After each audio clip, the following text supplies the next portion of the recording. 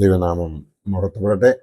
കർത്താവിൽ പ്രിയ വിശ്വാസിനി വിശ്വാസികളുടെ സമൂഹമായ കുഞ്ഞുങ്ങളെ നിങ്ങളെ എവരെയും വളരെ വിനയത്തോടെ സ്നേഹത്തോടെ ഉയർത്തെഴുന്നേറ്റതായ കർത്താവായ യേശു ക്രിസ്തുവിന്റെ നാമത്തിൽ പ്രഭാതവചനത്തിലേക്ക് സ്വാഗതം ചെയ്യും. ഇന്നത്തെ ദിവസം 11 ഏപ്രിൽ 2026, ഈ മാസത്തിലെ 11-ാമത്തെ ദിവസം, ഈ വർഷത്തിലെ 101-ാമത്തെ ദിവസം, 472-ാമത്തെ എപ്പിസോഡ് ഇന്ന് പബ്ലിഷ് ചെയ്യുന്നതിന് വേണ്ടി ദൈവത്തിൽ ശരണപ്പെടുന്നു. ഹെവറോ ദിനങ്ങളുടെ അവസാന ദിവസമായ ശനിയാഴ്ച ആണ് ഇന്ന് ദൈവാലയങ്ങളിൽ വിശുദ്ധ കുർബാന ഉള്ളിടത്ത് മത്തായി ശ്ലീഹായുടെ രക്ഷാസുവിശേഷം 28-ാം അധ്യായം 11 മുതൽ 20 വരെയുള്ള വേദഭാഗം ആണ് വായിക്കുന്നത്. നമുക്ക് ഏവർക്കും അറിയാം ഇപ്പോൾ നടക്കുന്നതായ ഇമ്പോർട്ടൻസ് എന്തൊക്കെയാണ് എന്ന്. കർത്താവായ യേശു ക്രിസ്തു നമ്മൾക്ക് വേണ്ടി ഉയർത്തെഴുന്നേറ്റു. അവൻ ഇപ്പോൾ ജീവനുള്ള ദൈവമാണ് എന്ന് നമുക്ക് ഏവർക്കും വെളിപ്പെടുത്തി കഴിഞ്ഞു. അവനെ മരണത്തിന് ജയിക്കുവാൻ സാധിക്കുകയില്ല എന്നുള്ള ആ സത്യവും നമ്മൾ ഓരോരുത്തരും മനസ്സിലാക്കി കഴിഞ്ഞു. നമ്മുടെ ദൈവമായ കർത്താവിൽ നാം ശരണപ്പെട്ട് അവനിൽ വിശ്വസിച്ച് അവൻ കാണിച്ചതായ പാതയിലൂടെ നാം ഓരോരുത്തരും ജീവിക്കുന്നുവെങ്കിൽ നമുക്ക് നിത്യതയിൽ ഒരു അവകാശമുണ്ടാക്കിയെടുക്കുവാൻ നമുക്ക് സാധിക്കും എന്നതിന് യാതൊരു സംശയവുമില്ല. ഇന്ന് വിശുദ്ധ കുർബാനയിൽ വായിക്കാൻ പോകുന്നതായ എവങ്കേലിയോൻ മേശയിൽ വായിക്കുന്നതായ വേദഭാഗം അതിൻ്റെ പൊരുൾ എന്ന് പറയുന്നത്, 11 ശിഷ്യന്മാർ ഗലീലയിൽ യേശു അവരോട് കൽപ്പിച്ചിരുന്ന മലയ്ക്ക് പോയി. അവനെ കണ്ടപ്പോൾ അവർ നമസ്കരിച്ചു, ചിലരോ സംശയിച്ചു. യേശു അടുത്ത് ചെന്ന്, സ്വർഗത്തിലും ഭൂമിയിലും സകല അധികാരവും എനിക്ക് നൽകപ്പെട്ടിരിക്കുന്നു. യേശു പറഞ്ഞത് വളരെ ശ്രദ്ധേയമാണ്. യേശു അടുത്ത് ചെന്ന്, സ്വർഗത്തിലും ഭൂമിയിലും സകല അധികാരവും എനിക്ക് നൽകപ്പെട്ടിരിക്കുന്നു. ആകയാൽ നിങ്ങൾ പുറപ്പെട്ട് പിതാവിന്റെയും പുത്രന്റെയും പരിശുദ്ധാത്മാവിന്റെയും നാമത്തിൽ സ്നാനം കഴിപ്പിച്ചും ഞാൻ നിങ്ങളോട് കൽപ്പിച്ചത് ഒക്കെയും പ്രമാണിപ്പാൻ തക്കവണ്ണം ഉപദേശിച്ചും കൊണ്ട് സകല ജാതികളെയും ശിഷ്യന്മാരാക്കിക്കൊള്ളുവീൻ. ഞാനോ ലോകാവസാനത്തോളം എല്ലാ നാളും നിങ്ങളോടുകൂടെ ഉണ്ട് എന്ന് അരുളി ചെയ്തു. ഞാനോ ലോകാവസാനത്തോളം എല്ലാ നാളും നിങ്ങളോടൊപ്പം ഉണ്ട് എന്ന് അരുളി ചെയ്തു.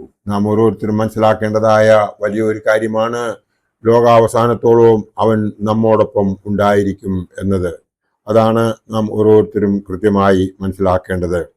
അങ്ങനെ നാം മനസ്സിലാക്കുമ്പോൾ നമുക്ക് മനസ്സിലാകുന്നത്, ഈ ഹെവറോ ദിനങ്ങളെ കുറിച്ച് നാം വളരെ സന്തോഷിക്കുകയാണ് നാം ഓരോരുത്തരും ചെയ്യേണ്ടത്.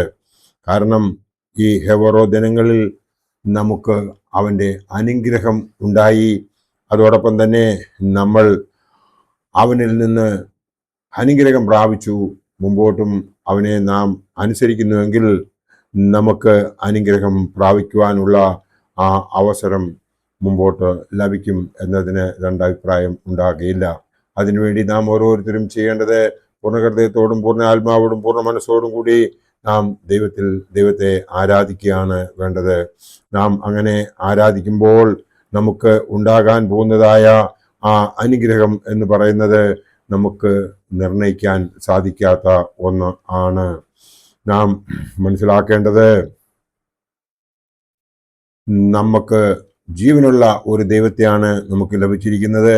നമ്മുടെ മാതാപിതാക്കൾ നമ്മളെ ഓരോരുത്തരെയും ജനിച്ചു കഴിഞ്ഞ് 40 ദിവസങ്ങൾക്ക് ശേഷമാണെങ്കിൽ പെൺകുട്ടിയാണെങ്കിൽ 56 ദിവസത്തിന് ശേഷം നമുക്ക് ഓരോരുത്തർക്കും മാമോദീസയിലൂടെ, മൂറോൻ അഭിഷേകത്തിലൂടെ, ആദ്യ കുർബാന അനുഭവത്തിലൂടെ നമുക്ക് ആദ്യ കിരീടം മാത്രമല്ല ധരിച്ചത്, പിന്നെയോ നമ്മളെ പരിശുദ്ധാത്മ അഭിഷേകമുള്ളവരാക്കി തീർത്തു. ആ പരിശുദ്ധാത്മ അഭിഷേകം കൊണ്ട് നമുക്ക് കിട്ടിയതായ ആ നൽവരം നമ്മൾ കളയാതിരിക്കുവാൻ വേണ്ടിയിട്ട് നാം ദൈവത്തിൻ്റെ പാതയിലൂടെ ജീവിക്കുകയാണ് വേണ്ടത്. ദൈവത്തിൻ്റെ പാതയിലൂടെ ജീവിക്കണമെന്നുണ്ടെങ്കിൽ നാം അവനെ കൃത്യമായി തിരിച്ചറിയുകയും അവൻ നമുക്ക് കാണിച്ചു തന്നിട്ടുള്ളതായ പാതയിൽ ജീവിക്കുകയും ചെയ്യണം. അതിനായി നാം ഒന്നാമതായി ചെയ്യേണ്ടത്, നാം വേദപുസ്തക പാരായണം ചെയ്ത് അതിൽ പറഞ്ഞിരിക്കുന്നതായ കാര്യങ്ങൾ കൃത്യമായി ഗ്രഹിച്ചുകൊണ്ട് അതിൻ പ്രകാരം നാം മുമ്പോട്ട് ജീവിക്കുകയാണ് ചെയ്യേണ്ടത്. നമ്മുടെ ആദിപിതാക്കന്മാർ മുതൽ ഉള്ള ഓരോരുത്തരുടെയും പ്രവൃത്തിയിൽ അവർ ആരൊക്കെ നല്ല കാര്യങ്ങൾ ചെയ്തുവോ അവരെ ഒരിക്കലും ദൈവം താങ്ങി നിർത്താതിരുന്നിട്ടില്ല എന്നുള്ള ആ സത്യാവസ്ഥ നാം ഓരോരുത്തരും മനസ്സിലാക്കിക്കൊണ്ട് നാം അവനെ സേവിക്കുന്നുവെങ്കിൽ ദൈവം നമ്മെ മാത്രമല്ല, നമ്മുടെ കുടുംബത്തെ മാത്രമല്ല, നമ്മുടെ ബന്ധുമിത്രാദികളെയും ഈ നാടിനെയും അനുഗ്രഹിക്കും എന്നതിന് യാതൊരു സംശയവുമില്ല. നമ്മുടെ പിതാക്കന്മാർ അനുഭവിച്ചതായ ആ അനുഗ്രഹങ്ങൾ നാം കൃത്യമായി വായിച്ച് മനസ്സിലാക്കുന്നുവെങ്കിൽ നാം ഒരിക്കലും ദൈവത്തിൽ നിന്ന് ദൂരെ മാറി പോകുകയില്ല എന്നതാണ് സത്യം. ആയതിനാൽ തിങ്കളാഴ്ച മുതൽ ഈ ശനിയാഴ്ച വരെ ഉണ്ടായിരുന്ന ഈ ഹേവോറോ ദിവസങ്ങൾ നമുക്ക് സന്തോഷിക്കുവാൻ വേണ്ടിയിട്ട് ദൈവം തന്നതാണ്. നാളെ മുതൽ ഒരു പുതിയ ആരാധന സിസ്റ്റത്തിലേക്ക് നാം കടന്നു വരും. കാരണം ഈ 6 ദിവസങ്ങൾ നമ്മോട് നോമ്പ് നോക്കുന്നതിനോ യാതൊരു കടം ഉള്ളതായിട്ടോ നമ്മെ സഭ പഠിപ്പിച്ചില്ല.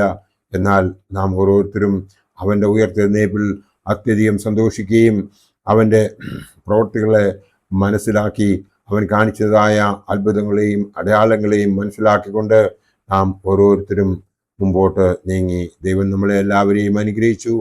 101 ദിവസങ്ങൾ നമുക്ക് ജീവിക്കുവാനായിട്ട്, അഥവാ 101ാമത്തെ ദിവസം കാണുവാനായിട്ട് ദൈവം നമ്മളെ അനുഗ്രഹിച്ചു.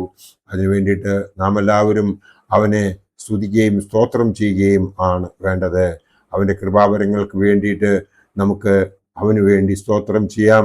അതിനുശേഷം നാളെ പുതുഞാറാഴ്ചത്തെ വിശുദ്ധ കുർബാനയിൽ സംബന്ധിച്ച് അനുഗ്രഹം പ്രാപിക്കാം. ഈ 6 ദിവസങ്ങൾ ദൈവത്തിൽ സന്തോഷിക്കുവാൻ സാധിച്ച നമ്മളെല്ലാവരെയും ദൈവം അനുഗ്രഹിക്കട്ടെ എന്ന് മാത്രം പ്രാർത്ഥിച്ചുകൊണ്ട് എൻ്റെ വാക്കുകൾ ഇവിടെ ഉപസംഹരിക്കട്ടെ. നന്ദി, നമസ്കാരം.